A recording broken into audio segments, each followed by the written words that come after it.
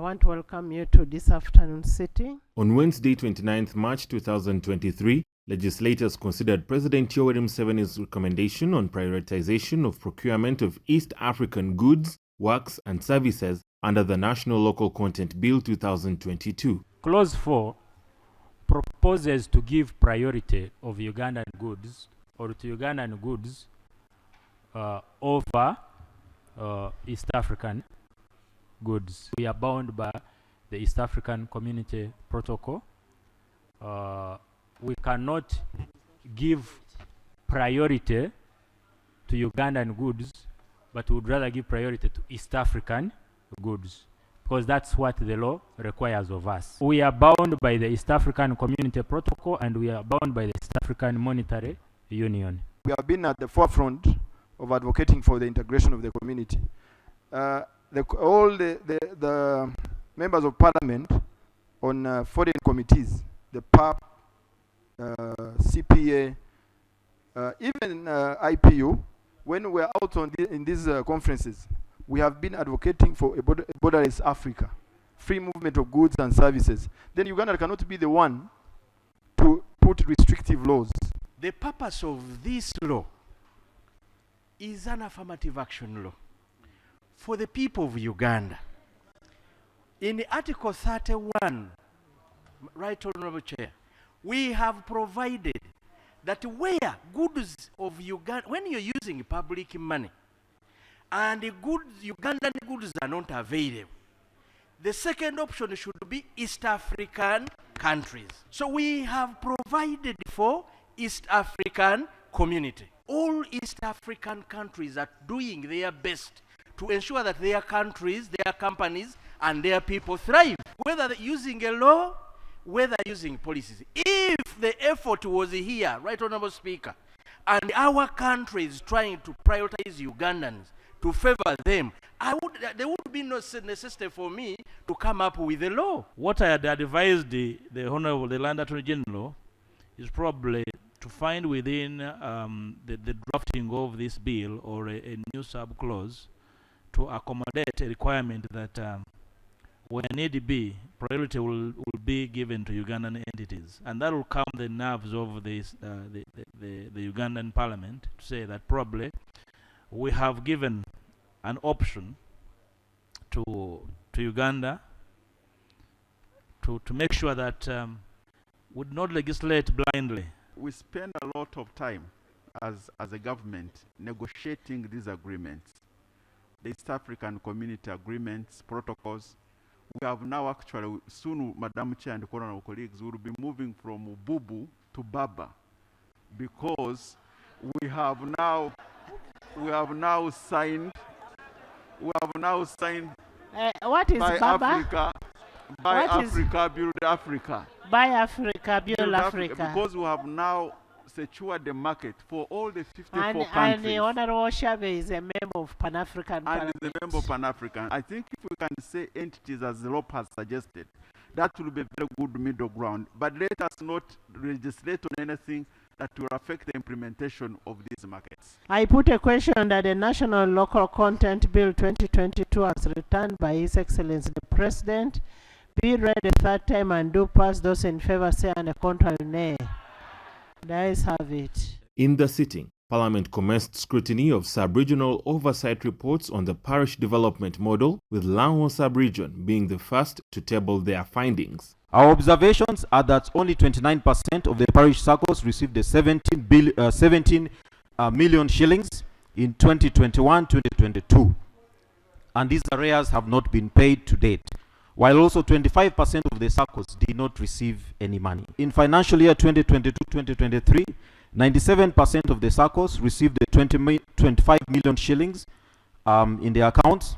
15 circles did not receive due to errors in their account numbers and names, while some were not recognized by Ministry of Finance as parishes.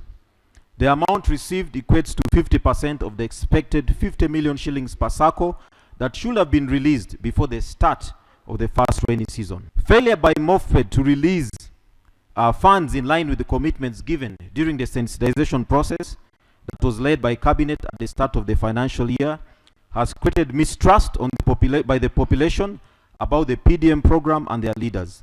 Also in the sitting, members of parliament raised concern over delays by government to distribute seeds to farmers countrywide. We really need seeds. And for the food security interventions for the members of parliament, for the 2 seasons, required only 4 billion. 2 billion for season A, 2 billion for season B. And for the districts, it needed just about 40 billion. What is the essence of government waiting for an area like Karamoja to starve?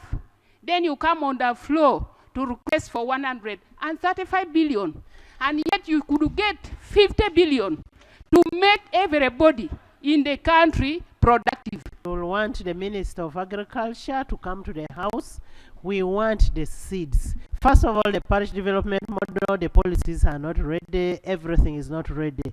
First, give us the seeds. The rest, you will sort it out.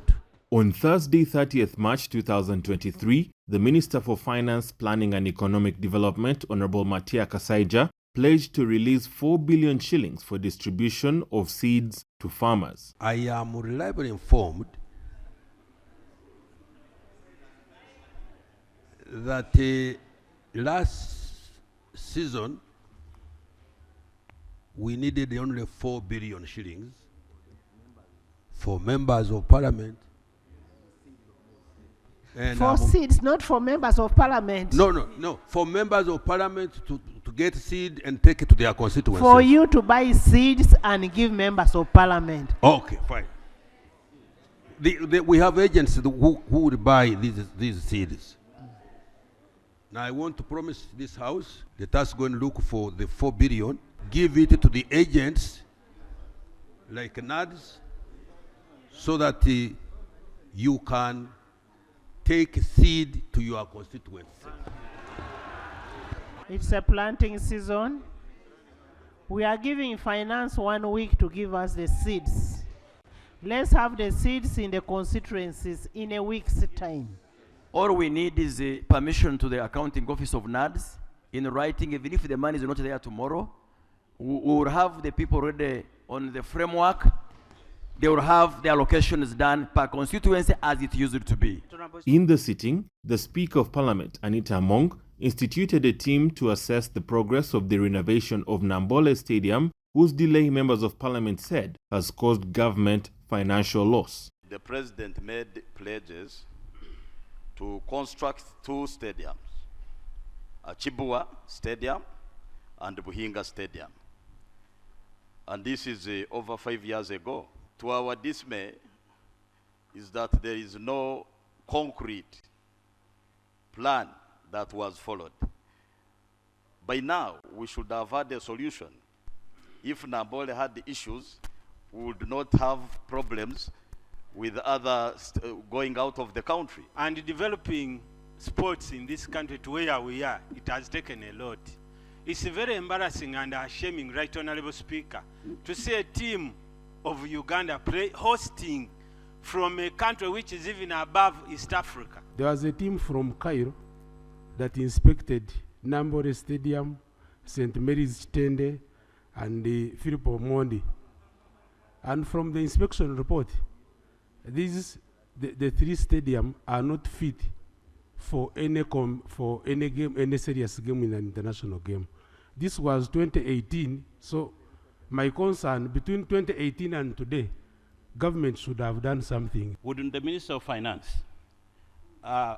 confirm to this House and also Minister of Education whether the money that was appropriated by this Parliament has been provided to ensure that our stadiums are rehabilitated and fit for purpose and fit for games? On 2nd December 2021, the Minister of Education and Sports signed an MOU with the Minister of Defense to undertake the renovations of the National Stadium of Uganda, nicknamed Namboole or Mandela National Stadium. The UPDF was able to begin with the renovations, that is demolition of the existing dilapidating structure which was existing in both in the hotel and the stadium itself. The UPDF has finalized on issuing of almost all contracts which await for the delivery of what is required for us to have the stadium be ready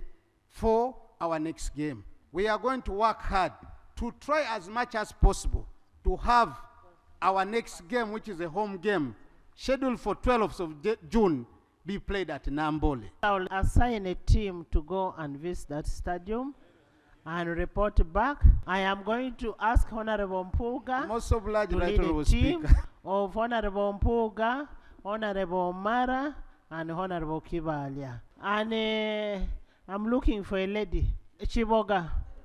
During the sitting, the Minister of State for Relief, Disaster Preparedness and Refugees, Honorable Esther Anyakun, revealed that her ministry has not received any funding from the Ministry of Finance to implement the Disaster Risk Management Plan since it was approved by Cabinet on 11th July 2022. The funding requirement for the short-term period between 2022-2023 to 2024-2025, equivalent to a presidential pledge of $50 million.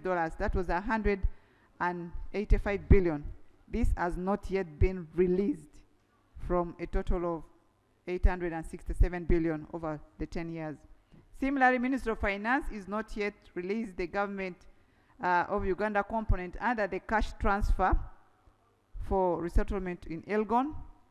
The amount of relief food required vis-a-vis the frequency and magnitude of disasters is high. Given the challenges here, that for the last 10 years you've not received any money to manage the disaster, how are you going to manage the effects of some of this disaster? I think we shouldn't be looking at disaster in the context of providing food and emergency relief items, but also on the destruction of the infrastructures like school that these disasters live with us. The Public Finance Management Act 2015, as amended, provides for 0.5% of the budget to be set aside for the contingencies fund to address natural disasters, as you have indicated. Over the last 2 financial years, 62 billion shillings has been provided each year and appropriated by this House for that purpose. This year, Right Honourable Speaker, out of the 62 billion shillings, 40 billion shillings has been released so far, and the year has not ended, and accountability is awaited before subsequent releases are done. Also in the sitting, the Prime Minister, Robinah Nabbanja, told Parliament that trade and supply chains between Uganda and Kenya have continued without major disruptions despite ongoing demonstrations in Kenya. We have continued to maintain our warm, brotherly, and strong cordial relationship with the government and the people of Kenya throughout this period. The effects of these demonstrations, according to our preliminary assessment, is that our trade and supply chains with the Republic of Kenya have continued without major disruptions. I adjourn the House to tomorrow.